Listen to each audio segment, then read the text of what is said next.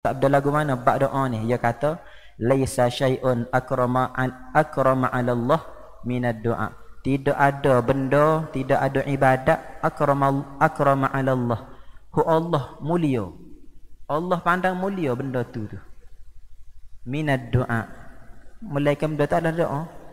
Doa tu Tuhan pandai mulia. Sebab apa doa tu Tuhan pandai mulia?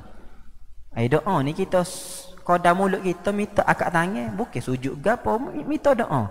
Tapi doa tu Tuhan pandai mulia sebab apa? Kalau bahasa orang tanya. Kalau dengan semaya tu kita nampak dah. Sebab apa Tuhan memuliakan orang semaya? Kita nampak lah sebab apa? Sebab dalam semaya boleh kecek ke tak? Tak boleh. Dalam semaya boleh gurau ke tak? Tak boleh.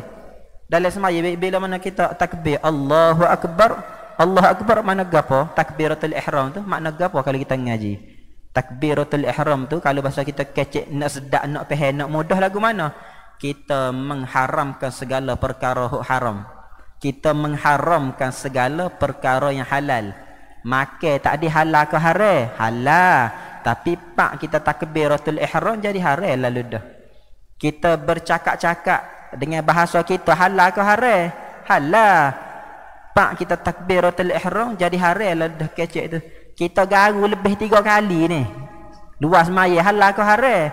Halal. Pak kita takbiratul ihram tak ada lagu mana? Haram. Maka wajah Allah memuliakan semaya itu kita nampaklah.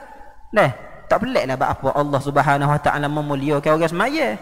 Ni, mari hadis ni Tuhan kata, laisa syai'un akrama 'ala Allah.